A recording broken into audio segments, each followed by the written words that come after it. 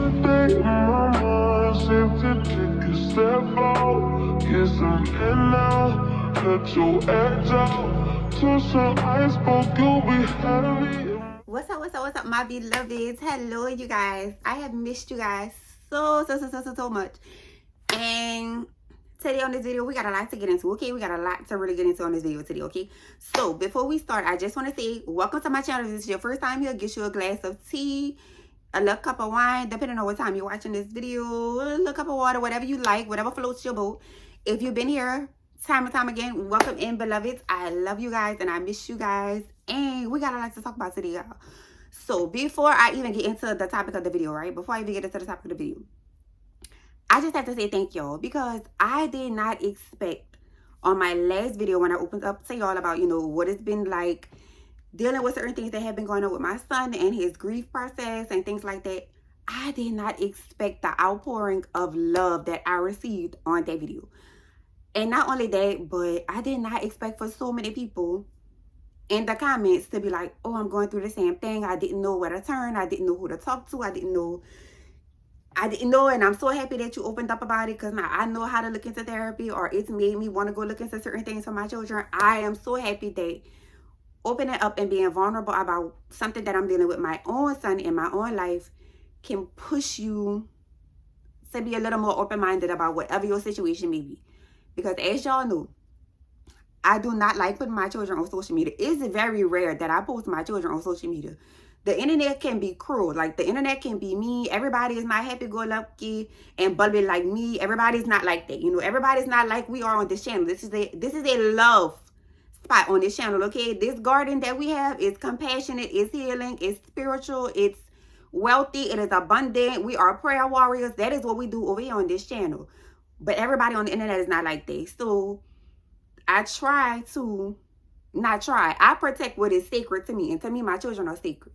So I try my hardest to keep them offline. Every now and then, sparingly, you may see me post them, or you may hear their voice or whatever. If I ain't at work, I'm always with my kids. So they're always around. So that lets you know just how mother bear I am about my children. I don't play by my kids. Okay? When I tell you we'll smile in a mugshot, I will wear them stripes. I will go from the nurse to the prisoner real fast behind my kids. You get what I'm saying? So I am so happy that our situation was able to help so many people. And I am so happy and I'm so thankful that so many people, just filled my comments and my messages and everything with so much love. I truly appreciate it. And to the people that had like little negative things to say, go pray, go touch some grass. Stop.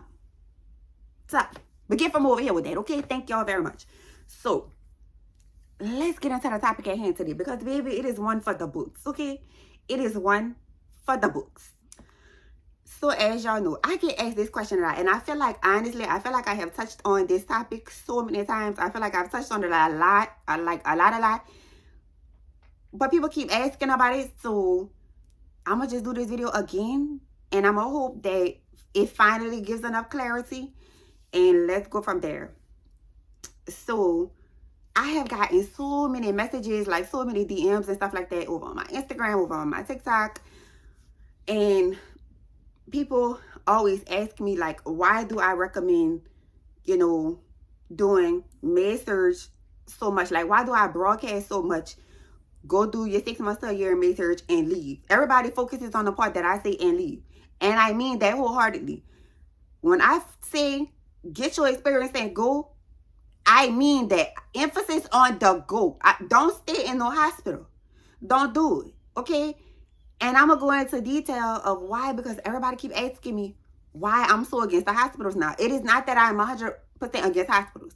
If you want to go get your experience and go, like I keep saying, and go, and then, you want to work at a hospital, PRN, you want to do med-surg, ER, IC, whatever specialty, whatever unit you decide to do in the hospital, and you want to do a PRN, that's perfectly fine.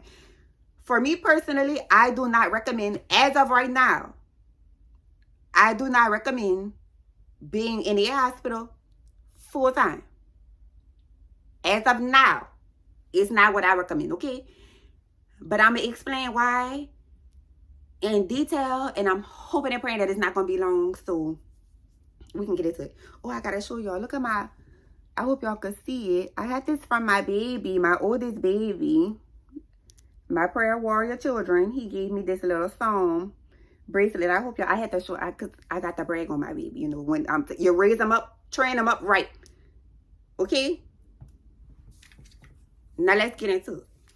So, as you guys know, straight out of nursing school, new grad nurse. Honestly, I was hired at my first job on the med-surg unit before I even graduated nursing school. I got hired at the hospital on the med-surg floor May 17th to be exact, because it was my mama's birthday. God rest her soul. I got hired May 17th.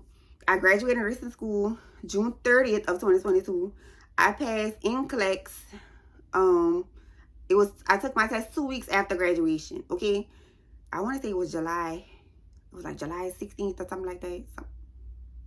It was around something like that. No, it wasn't my son's birthday, but it was like 2 weeks right after graduation. I took boards, and then I had my first official day on the med-surg floor August 8th of that year. Okay, so I went straight from school to med-surg. Okay, I have said this over and over again on this channel. I have said it on my Instagram. I have said it on my TikTok. I done said it on Twitter. I done said it on Facebook. I done sent smoke signals and told y'all.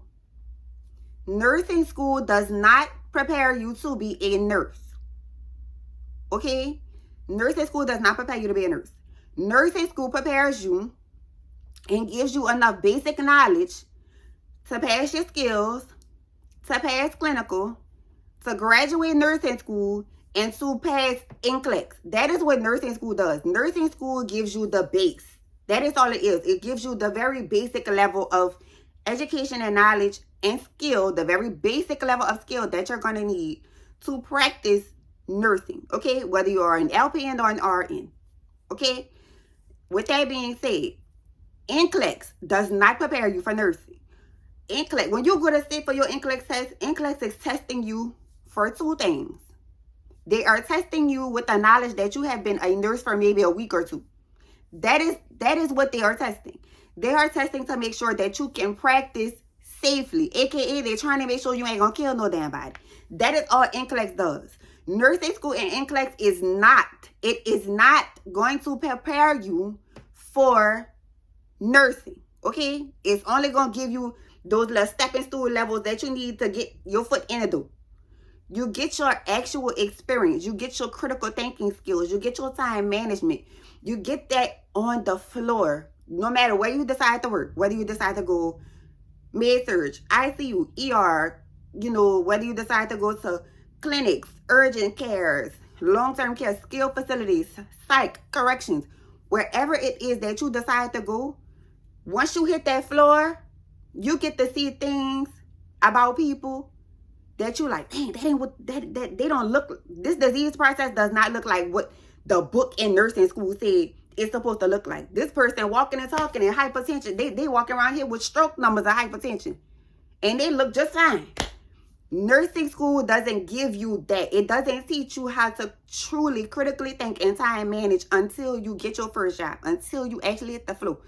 That's where you build your foundation at. That's where you build your stronghold on, okay, this is what I know. Let me use the base level of the knowledge that I have to apply it to whatever this situation is, whatever this patient is, and you go from there. That is where you get your true experience. That is where you truly build your foundation of being a nurse. You get it on the floor, okay? It's so many things that I have seen on that med-surg floor that I had to really ask, like, older RNs and stuff that I work with. I'm like, damn, you know, we learned this in nursing school, but he looks nothing like what that said. Like, he looks nothing like what this disease process is supposed to do. Or she's functioning perfectly fine. Why is it affecting her this way? And my patient in room 208 got the same thing going on, and he knocking on death's door. Nursing school does not prepare you for that. You learn how to truly, you really learn on the floor. I mean, that's just what it is. That foundation, that experience, those patients, those codes, those, you know, those whoopsie daisies, you learn on the flow. That is where you get it from. Okay? With that being said, if I'm telling you that you're going to get, I'm going to say you're going to get about, I don't want to say 50-50 because I honestly don't believe it's 50-50. I'm going to say you get 60-40. I'm going to say you're going to get 60 of your experience, your knowledge is going to come from that job, and 40 is going to be that base level knowledge that you learned in nursing school. Okay? You have to combine them. That is what you have to do. If you was to only use that knowledge that you got in nursing school and you took that into a med-surg flow, you'll crack, you'll crumble. Because it's going to be completely different from what you actually learned. It's going to look so, these patients are going to look completely different. These adverse side effects that you read about are going to look completely different. Yo, when I saw red man syndrome for the first time, I was having a panic attack because I just knew my patient was having an anaphylactic reaction. I just knew my patient was about to knock on Lord's door and he would be like, come on in. I just knew that's what was going to happen. I've read about red man syndrome in nursing school. I was taught about it. I've seen videos on it. But it was completely different once I actually got on the floor and looked at it and saw the differences between what is going on. Okay? It's easy to hear and read about, a patient that has congestive heart failure, and they're going to be having fluid overload in the body. They're going to be holding on and retaining a lot of fluid. It's one thing to hear about or read about in the book what their lungs are going to sound like. It's easy to see a picture of those two fingers showing you what the edema level is. That's easy to see in the book. It's completely different. When you have to get on that flow and you have to actually truly listen to what the base of those lungs are going to sound like to see if they're having that fluid in their lungs. It's different when you have to squeeze these people and truly see how far is the pit and edema going. It's different if this patient is already a morbidly obese patient and you have to look and say, well, how can I judge how deep the edema is? You get it on the flow. That book is, every patient is different. Every patient is different. So that book is going to teach you a very base level, what you could possibly see. Every patient is different. You're going to see so many different varieties of how hypertension, high blood pressure, affects somebody that is black, somebody that is white, somebody that is Hispanic, somebody that is elderly, somebody that is young. You're going to see how diabetics, how somebody may literally be walking around functioning with a blood sugar of 300-400, and their body has gotten so accustomed to functioning like that they look like nothing is wrong with them. They think they're normal. They appear to be normal because their body has tried to, I'm trying to see the right word for it. Their body has tried to, basically their body has like adjusted to the way it has been forced to function. And then you may have somebody who blood sugar is a little over, it's only like 160, and they like, oh no, I need my insulin. I'm high. I need, every patient looks different. Every scenario looks different. Everybody's going to be different. That is why I say you have to get that experience on the floor. You get it on the floor. Okay? So keep that in mind. I'm steady saying you're going to get that experience on the floor, right? I keep saying you're going to get on the floor. And this is not to shit on nobody because, I even have worked, especially when I did long-term care, I have worked with some RNs that have went straight from nursing school, got their RN and went straight into long-term care. And I'm having conversations with them and I'm talking about CBI patients. I'm talking about trachs. We talking about IVs and they looking at me like, I know what it is, but I never did it. Because that's not what depending on where you at, depending on what state you in, depending on the type of, the level of care that can be provided in certain nursing homes, it depends on if you're going to see those type of things. Because I do know, like in other states, that there are certain nursing homes that do provide that type of level of care to their residents. But most of them, like here in Louisiana, they don't do all that. If you need like trachs and vents and feeding tubes and all of that 9 times out of 10, you have to either go to like a skilled facility or you stand in a hospital until you are cleared to go back to the nursing home a lot of times. So a lot of the nurses there, they have not seen and don't have a clue of the things that I have been blessed and fortunate enough to learn on the med-surg floor. It has been so many things that I have had conversations with other nurses And again, this is not to shit on nobody, because a lot of nurses don't want to go into med-surg. A lot of nurses don't want to go into the hospital. They want to do long-term care. They love dealing with, the elderly. That is their thing. They love dealing with the elderly. They love dealing with, just clinic setting. That is what they knew they wanted to go into it and do. So they like, girl, I don't need to know nothing about no continuous blood irrigation. I don't do that. I don't want to do that. That's not for me.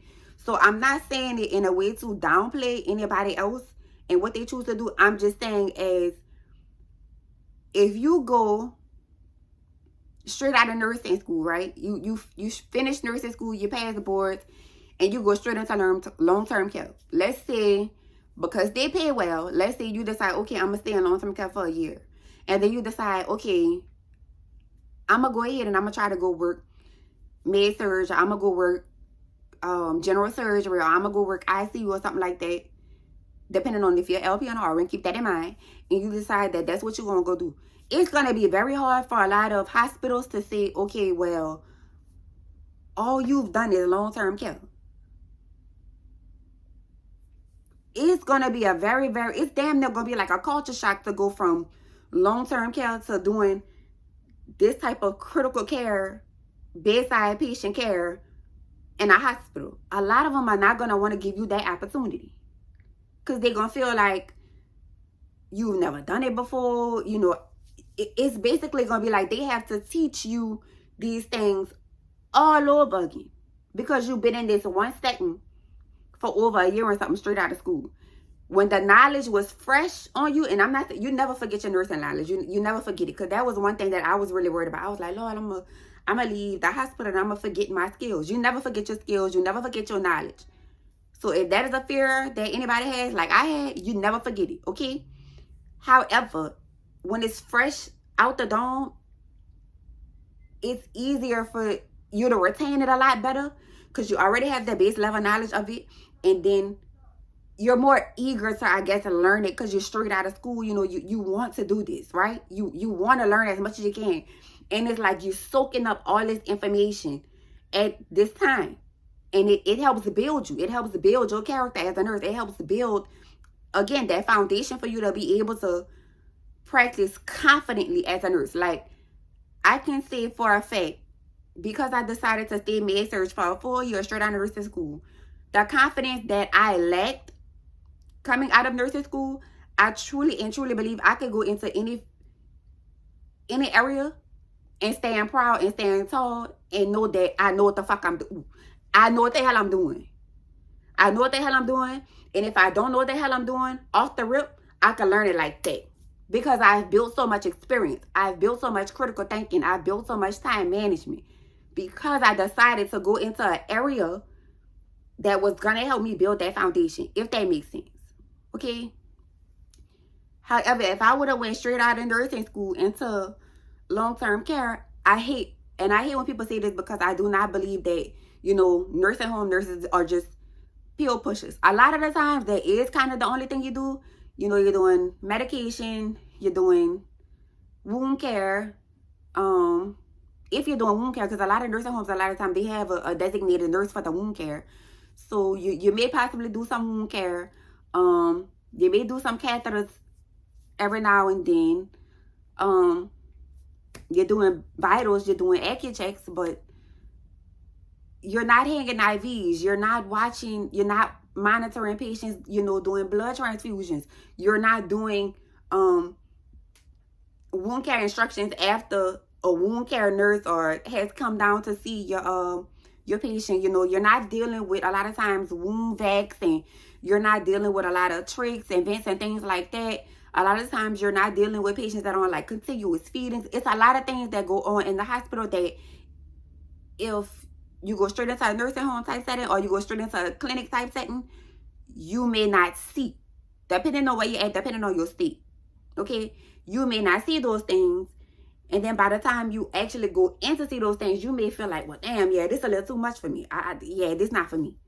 And now you stuck kind of in long-term care, because either nobody wants to hire you because you don't have the experience, or you try it out and you like, yeah, this not for me. I don't want to do it. That is why I say it is so important to at least do your 6 months to a year. and go. Now, why I keep emphasizing for y'all to do, get your experience and for you to go. Why I keep emphasizing for you to go. So, the reason that I put so much emphasis on getting your experience and leaving the hospital as of right now is because what we are seeing in nursing is terrifying. What we are seeing in nursing right now is absolutely terrifying. And I'm going to tell you exactly why it's terrifying. The shortage is insane. It's insane. And hopefully some older nurses and even like aides that have been in the hospital or medical assistants, things like that have been in a hospital setting. I want some older ones, like from, I'm gonna say late 40s to like 60s age range. I want y'all in the comments to tell me if this is what y'all have experienced, because I have talked to so many of my own, co-workers and things like that have been in that age range, and they're like, yeah, this is not what, nursing is not what it used to be, okay? There has been a drastic shift in nursing, okay? Of course, a lot of it has to deal with technology. Of course, a lot of it has to deal with, unfortunately, people are younger and younger, are getting sicker and sicker. We have a lot of crisis going on with like addiction and things like that going on. It's a lot of factors as to how healthcare is changing, okay? I have talked to so many older nurses, whether they're LPNs, whether they're RNs, or whether they're aides or medical assistants or secretaries or whatever, they have been in hospital settings for so long, and they are like, yeah, it's time for me to go. And these are nurses and aides and stuff that have been in the hospital setting for like 20, 30 years. And they like, yeah, this is not what it used to be. This didn't used to be nursing. The acuity and the level of care that is being demanded of these patients, and I'm not saying demanded by the patients, I'm saying the level of care that we are supposed to provide for these patients in these settings, there is not enough staff to do that in a lot of these hospital settings, okay? I really and truly believe in hospitals within the next 5 to 10 years, the shortage is going to hit so hard, because especially the nurses coming in, like my generation and under, especially the nurses coming in, they are not putting up with no BS. I'm sorry. I worked too hard for my license. I took an oath. I took a vow. Legally, the public is supposed to be protected from me. Okay? The public is supposed to be protected from me. There are literally rules, my scope of practice set in place so that if anything I was to do outside of my scope of practice, guess what? I'm held responsible. I can go to court. I can lose my license. Okay? I worked too hard for that. You're not going to continue to give me unsafe patients. You're not going to continue to give us unsafe ratios, and we don't have the staff to do it. It's not worth it. Not only am I putting my license at risk, but I'm putting my patients' health at risk. And one thing I will never do, because when I tell y'all I live and breathe being a nurse, I absolutely love my career. I love every ounce of what I do. I love being a nurse, okay? I am never willing to put my patient's safety on the line. I'm never willing to put my patient's life on the line. I'm not willing to do it. I am not willing to do it. And what I started to see in hospitals, and this is not just a hospital that I was at, it's everywhere. All you gotta do is do a little quick scroll on TikTok or Instagram, and you're seeing it everywhere. People is tired. Nurses are tired. We are extremely overworked. We have to be the therapist, the nurse. We getting one paycheck, right? I'm getting paid to be your nurse, right? But wrapped up in that one paycheck, I have to be a therapist. I have to be a dietitian. I have to be physical therapy. I have to work occupational therapy with you. And that's not saying that we don't have these people in the hospital settings, but they're overworked. They're understaffed. So it's like we have to wear all of these hats on top of dealing with the patient, on top of dealing with the family. Because I'm sorry, I love families. A lot of families are amazing, but then you also have those families that's like, oh my God, can y'all just leave so I can do my job? You also have those kind of families. You have to deal with the patient. You have to deal with the family. You have to deal with administration. You have to deal with all of your other patients that you have to take care of and monitor. You have to deal with the numbers and the politics of the hospital and what administration wants to look good, it is no longer safe for a lot of nurses in the hospital. It is not safe. I cannot tell y'all how many nurses are literally,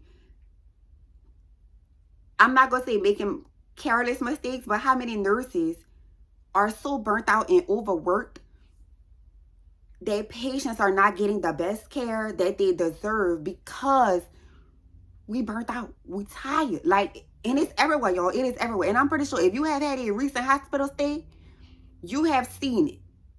I'm pretty sure. If you haven't seen it, you know somebody that has seen and experienced it.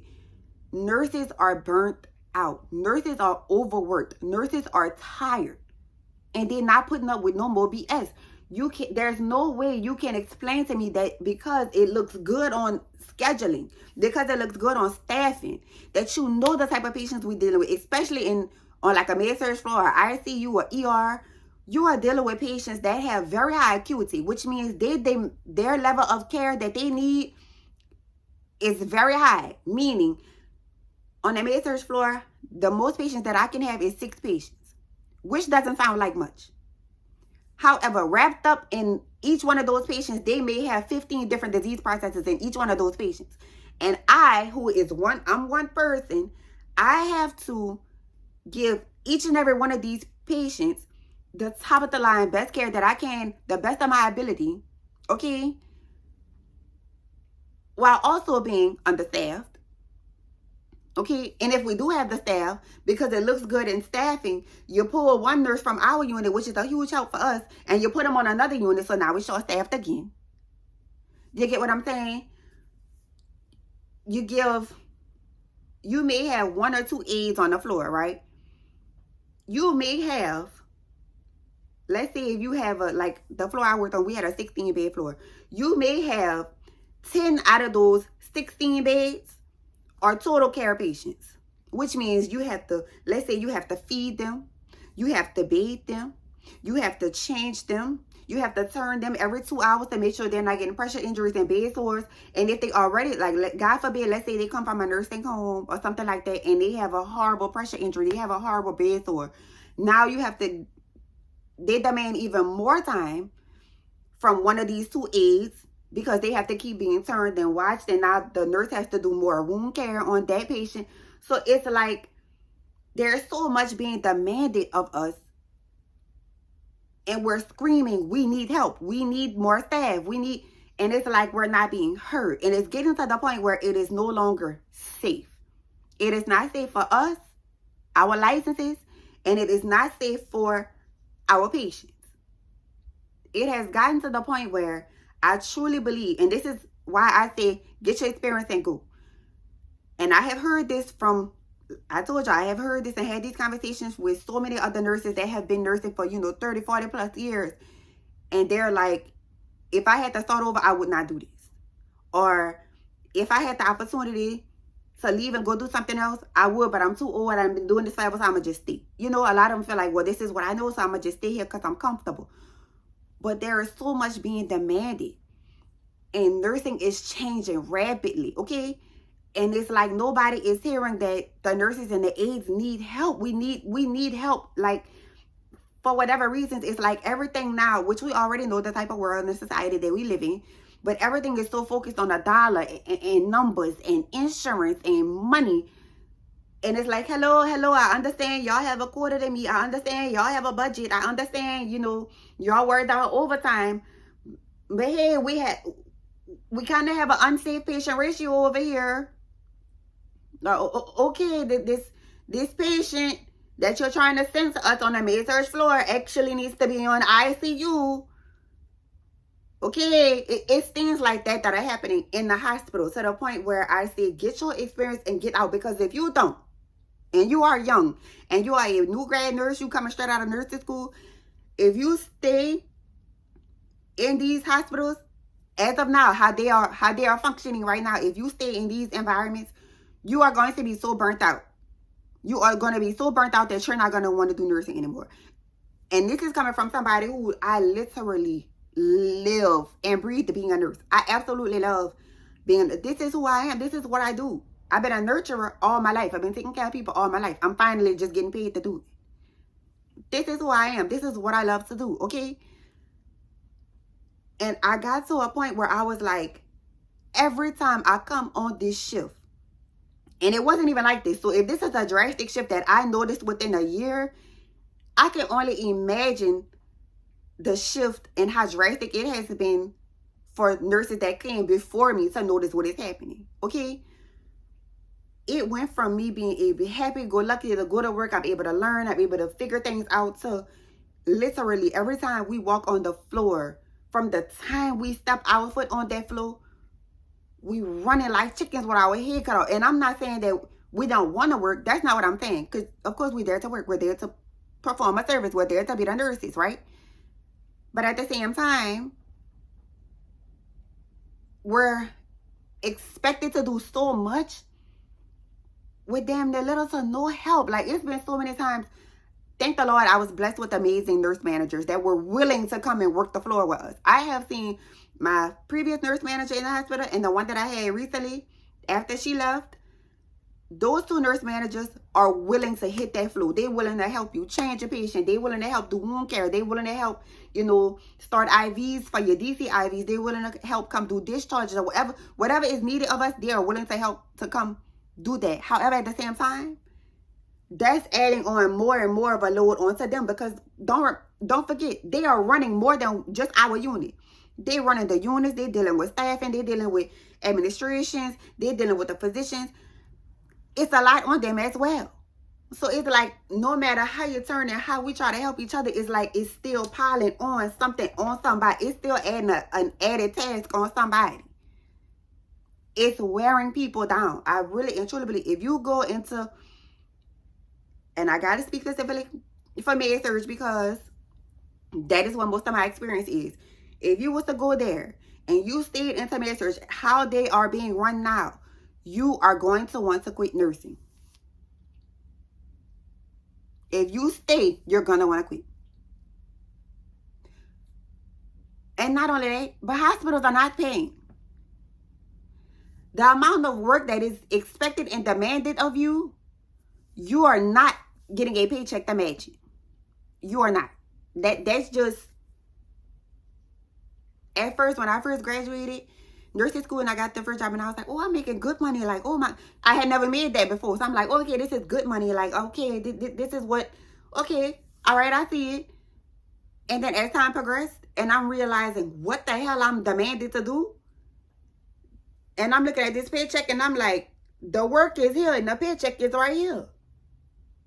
I'm being expected of and demanded to do 25 jobs and I'm getting one paycheck. You are working. And unfortunately, I hate to say what I'm trying to find ways to say without it sounding so bad, but you are working in a lot of unsafe and toxic environments right now. I don't know why this is happening right now. And I hope that it's just a phase. I hope that this is something that will come and go and pass over. But that's just like the young lady who, and I don't want to say her name because I don't want to, confuse the story or anything like that. But the young lady who was a nurse, who I want to say this was about maybe a month or two ago, who decided to, because you got to say stuff politically correct for YouTube. She decided to cross herself over to the other side. If you get what I'm saying. She decided to put herself on the other side. If you get what I'm saying. And she left a note. And basically the note was like blaming healthcare. That is how a lot of nurses are feeling in those settings. In those settings. You're dealing with a lot of times. And I never fault the family members because I understand. When it is your loved one that is laying in these hospital beds, I know as the nurse, I know you have more patience. I get it. I understand it. But this is my mama laying in this bed. I understand they may be going through whatever they're going through out there. I understand you may be overwhelmed. But this is my mama in this bed and I got to focus on my mama. I got to worry about mama. So I expect the best for mama. I understand you got to take care of them too. But I expect the best for mama. Because this is my mom. I love my mom. So I understand how some patients' families can be so demanding and so overbearing a lot of times. I completely understand. I get it. You have now, I've seen a drastic shift in the amount of patients' families who there's like, a lot of times there's no consideration at all anymore. That is like, oh, well, I hit the button 30 minutes ago and I asked somebody to come bring my mama a thing of water and it's been 30 minutes. And then, of course, you have to say it with a smile and you, oh, well, I'm so sorry. How can I'm here to assist you now, but I had a little things going on. I'm so sorry about the mishap. But in the back of your mind, you like, girl, I was trying to save somebody's life in the other room. You know, you like, okay, yeah, your mama thirsty, but Mr. Paul down the hall damn near coded down there. That was a little more important than get your mama some ice chips. You know, it's like the compassion isn't the same. Okay? And then also I'm starting to see a lot of, and I don't know why this is happening. I don't know why in a lot of hospital settings, the compassion for nursing has changed. It almost seems like a lot of people are simply doing it because they want to get a paycheck. And a lot of times, I'm sorry to tell you, but we don't make a goddamn enough if you're doing this just for a check. We don't make enough. If you coming into this just because you want to get a nice little check, get you a nice little car and all that, go work in a plant, go work IT, go do radiology, go do something else because we don't make enough. Okay? True, real nurses that's hitting the ground running, we don't make enough to just be doing this for no paycheck. The level of compassion and care seems to have dropped a lot. Okay? A whole lot. I don't understand why. Again, it could be because people are tired. It could be because people are burnt out. That could be the issue. That could be the cause. Also, again, with the staffing, if you mean to tell me I can go from working on a administrative, like I'm doing, right now I do corrections. I work in corrections.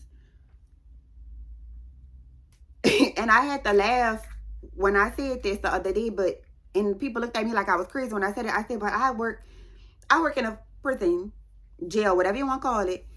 I am dealing with rapists. I am dealing with traffickers, human and narcotic. I am dealing with red rummers. I am dealing with people that are the worst of worst and have committed some of the most disgusting and heinous crimes that you could think of. And not one day that I have walked into my job have I felt unsafe. Not once. Not once. There has not been a day that I have walked onto the floor of my job with the environment that I'm in and felt unsafe. Never. Never. I've never felt unsafe. I've never felt like my life is put in danger or in jeopardy. Even when I am one-on-one in close proximity with these inmates, I have never felt unsafe. Never. Not only do I feel safe because of the type of environment it is, because of course, you know, you have like your officers and things like that, but it is demanded that you're going to treat your medical with respect. It is demanded. It is known. Look, we don't do that. They're not cursing at us. They can't get close to us. It's not happening. It's not happening.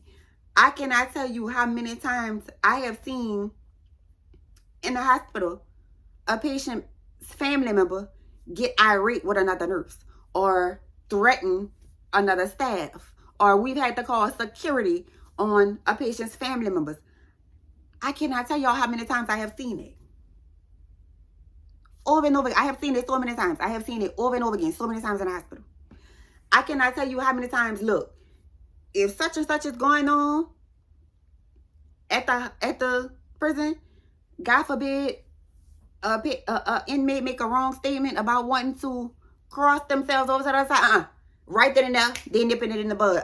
Come on, you're going on watch. We alerting physicians. It's handled ASAP. It's handled ASAP. Somebody may make a odd statement in the hospital, and now we got to wait on.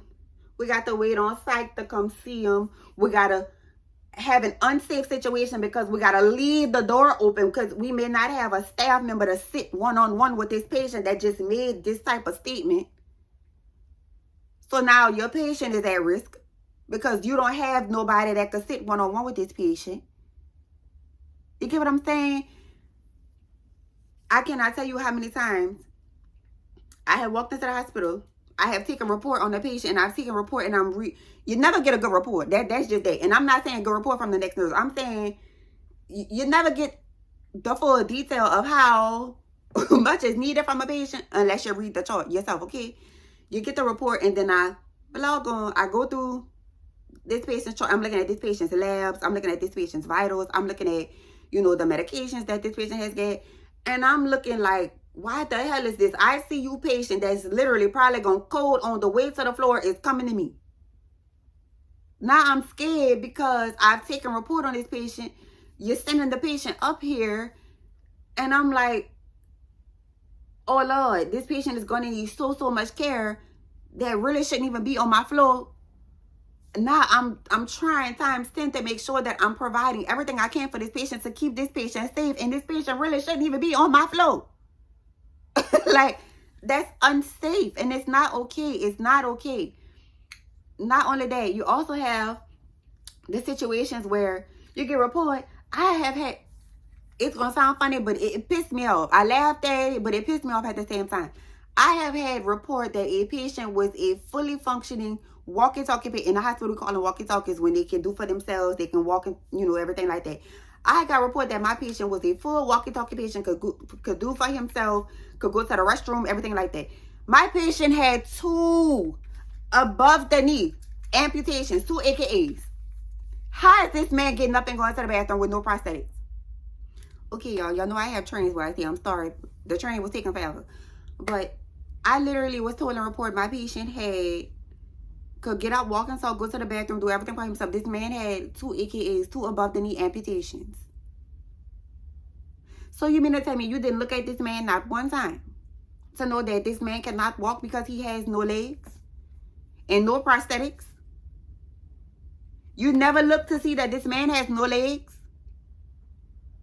You told me this man could get up and go to the bathroom with himself. This man is on a chronic catheter. What? That is also a huge problem in the hospital setting. We're not getting 100% factual reports.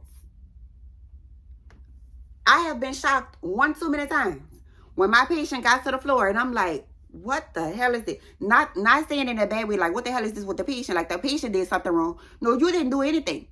You do like the Bible says. You come to me as you are. However, at the same time, the report I got is completely different than the condition that you're coming to me in. So, yes, I'm shocked. And I have to hope and pray that we're staffed enough, because you're going to be demanding of a lot of my time and attention and my care. Okay?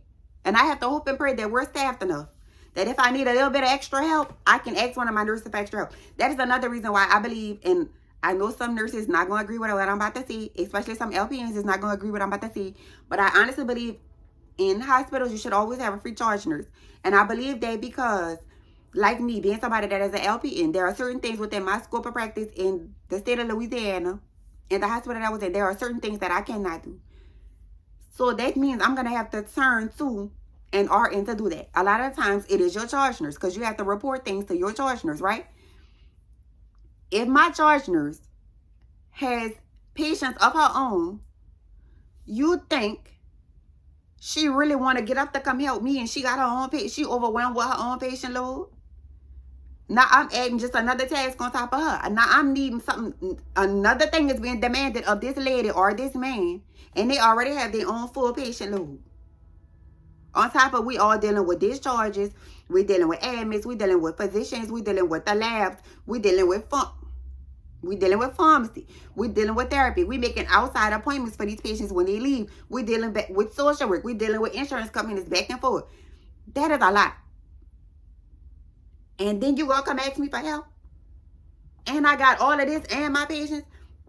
I understand why a lot of charge nurses get frustrated when they have to come in and they like, okay, so not only do I have to manage and cover the unit, but I also have to take patients as well. I understand why they get so frustrated. I understand why they feel so overwhelmed at times. Because that's a lot. Okay? If we understaffed already and my charge nurse have patients, and y'all sending a patient that is literally 18 patients in one, you're demanding even more from us, and we already don't have enough hands to provide the care. It is getting to a place where it is not safe. It is not safe for us, and it is not safe for the patients. That is why I stress, get your experience and go. Get your experience so that you can walk proudly and confidently in your knowledge. Get your skills so that if you decide, look, I'm burnt out from doing a hospital right now, I'm gonna go work at a cardiac clinic for a little while. I'm gonna go work at an urgent care for a little while. I'm gonna go work in corrections. I'm gonna go work at a psych facility for a little while. I'm gonna go work somewhere where not so much is demanded of me, since I'm so burnt out. And then I'm gonna see, you know, maybe in a year, if I return, if it'll be a bit better, if it'll be better for me, if it'll flow a lot better for me. Because it's, right now, it's scary. It is scary what is happening in these facilities. And I have to give it to y'all real and raw. It is scary. I worked in psych for years. I have told y'all I worked in psych for years. I was never afraid to go to work in psych. Never. Never scared to go to work in psych. Never scared to go to work at the prison. Not one time have I felt threatened. Not one time have I felt like harm was going to come to me or my family or my coworkers. None of that. Not one time. Going into the hospital, there have been days where I felt like, I don't know if I'm going to make it through this day. I don't know. I don't know. It have been so many times that we have had combative patients, and we want or need these patients, you know, to calm down, to settle down. They won't. They irate, they belligerent, they whatever the case may be. Maybe they've just gotten some bad news, or maybe they're detoxing off of something, you know, or maybe they are currently high off of something, you know. It could be so many reasons. Maybe they're irate because they've just gotten some bad news, or maybe the family is. It could be so many reasons why a patient or their family member may be, you know, belligerent, irate, combative, whatever the case may be. It has been so many times where I have seen a charge nurse or another nurse say, look, this patient needs to go. Because at this point, not only are you not allowing me to provide you with the care that you need, but you're also endangering my other patients. You're endangering the staff. It has been so many times that we have told physicians this, and they act like, just put up with it, just deal with it, whatever. And it's like, but you're not in that room. You don't have to, but you're not the one going in the room constantly dealing with this. You're not the one going in the room constantly getting cursed out. You're not the one being threatened. It's us. You get what I'm saying? It has been too many times where I have seen that play out. I've never had that personally directed towards me, but I have seen it directed towards other nurses. And it's like, does anybody hear that this is not okay? Does anybody see that that's not okay? Does anybody realize that that's not an okay way to function? I'm coming to work to be your nurse. I'm coming to work to provide you with life-sustaining care. I'm coming to work to provide a service for you. And the service is harming or willing to harm me. That's not okay. And I'm telling y'all, it is happening everywhere. It is happening everywhere.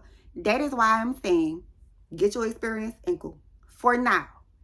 It may go back to being the way it used to be. You know, I have older family members. I even have older nurses in my family, you know, that's been nurses forever. And they like, I don't know what the hell going on in these hospitals. It didn't used to be like that.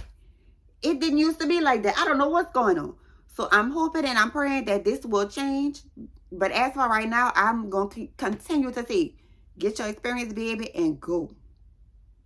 Get it for right now and go till this calm down. And it's sad to say that, because what's going to happen is these hospitals are going to be so understaffed that they're not going to be able to perform patient care to the best of their ability. They're not going to be able to do it because you won't have any staff to do it. That's the sad reality that we're living in right now. People are so overworked, so burnt out, so frustrated, so tired, so underpaid, that it's like, yep, I'm not going. I'm not doing it. I'm not risking my license no more. I'm not risking my safety no more. I'm not risking my patient's safety no more. That's what's happening, yo. That is what's happening right now. So unless you're willing to deal with that day in and day out, get it and go. Get it and go. And I hope, and I truly do hope and pray that it gets better. I hope and pray that it gets better. But I'm pretty sure, I'm more than sure, y'all can look up more videos from more nurses and aides and medical assistants and things like that.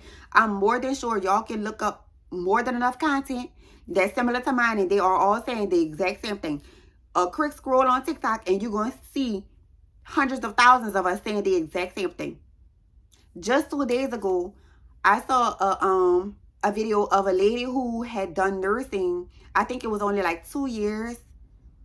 And I just saw it like pass, and I think it was only 2 years. And she is like, I'm done. She said she was done. She's like, I'm done with it. I'm not doing nursing. I'm going back to school for something else. I'll do management or something, but there's no way I'm going to be doing bedside care. There's no way I'm going to be working in a hospital. 2 years. 2 years, y'all. That says a lot of what this lady must be experienced in 2 years, that she is willing to kiss nursing goodbye forever. That speaks volume. That's a lot. You have more older nurses now that are trying to get into teaching roles because the bedside care is it's not safe anymore. It's not what it used to be. I'm telling y'all, do a quick search, and you're gonna see so many people, so many videos with content just like this. I promise you, you're gonna see them saying the exact same thing that I'm saying. Not just in my state, and not just in Louisiana either.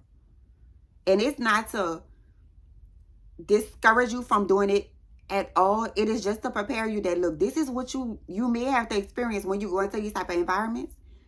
So I hope you're prepared for it. Get your experience, and then go somewhere else.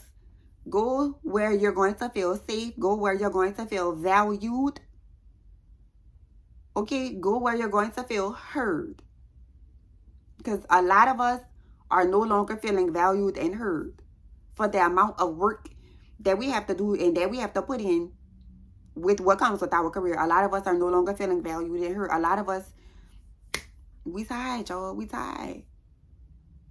That is why I put so much emphasis on get in and go. Get your experience and go.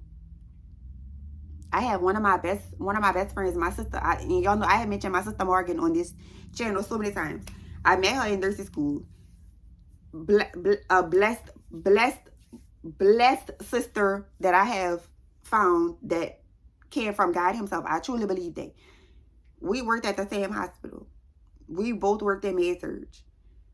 It literally got to the point where we used to could get together. We used to could talk on the phone. And we would always laugh and clown and have like so many stories about, well, oh girl, well, this happened at work today and I learned this, and this happened and I couldn't believe that I was able to do this, and we responded to this code, and it used to be so much upbeat, you know, things that we could say. And it got to the point where every time we had something to say about work, it was like, I want to quit. I gotta find a new job. I'm beat down. I'm tired. We don't make enough for this. Or the administration then changed it. It started to become so toxic of an environment. And so many of us feel that way. So many of us feel that way. And if you don't want to go into med-surg or into a hospital full time, do a PRN to get your experience. I'm only telling you to do that to get your experience.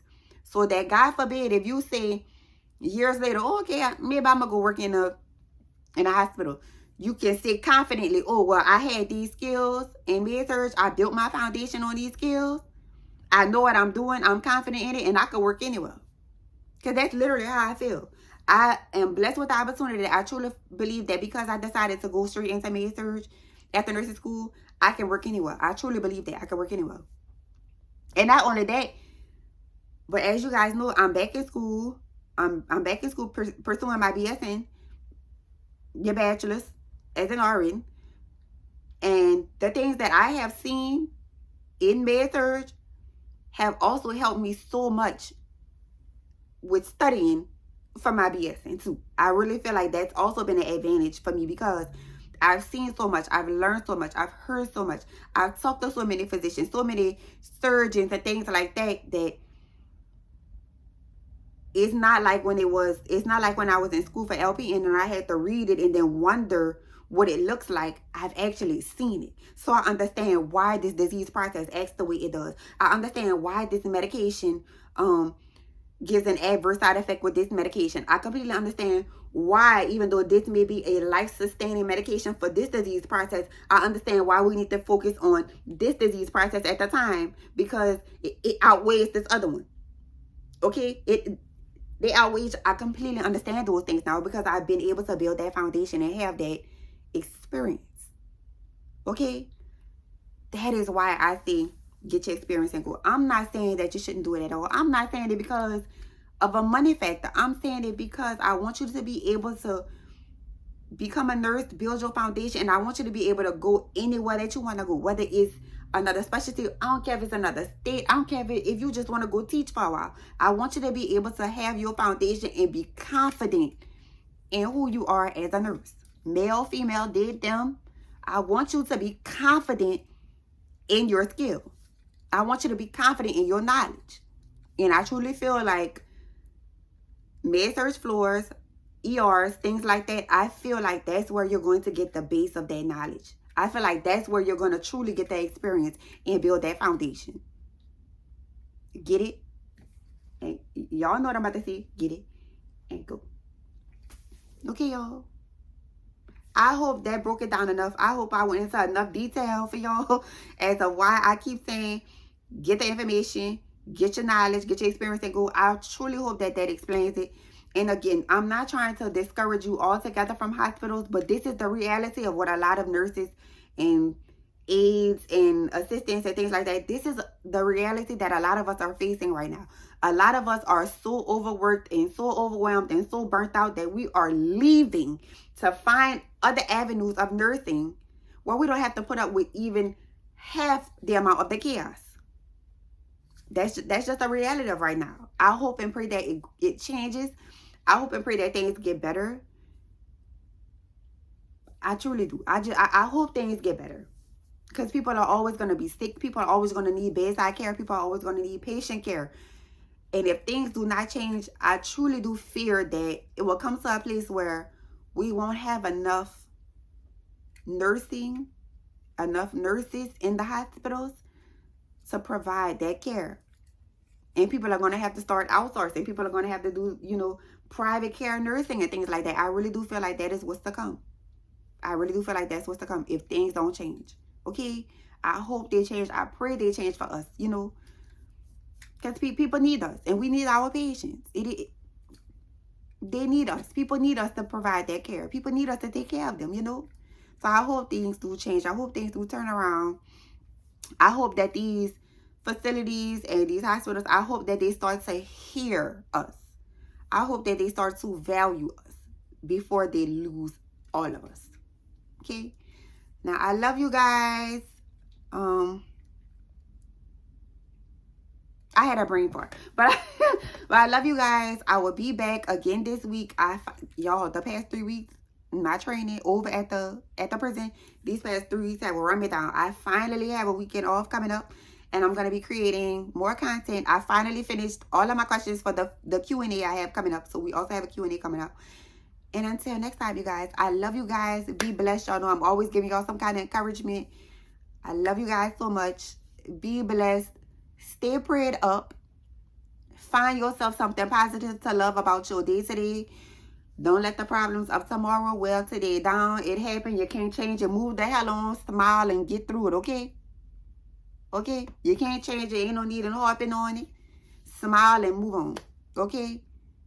And like my lovely Miss Tabitha Brown, because she has the same name as my mother, if you can't have yourself a good day, don't you dare go ruin somebody else's.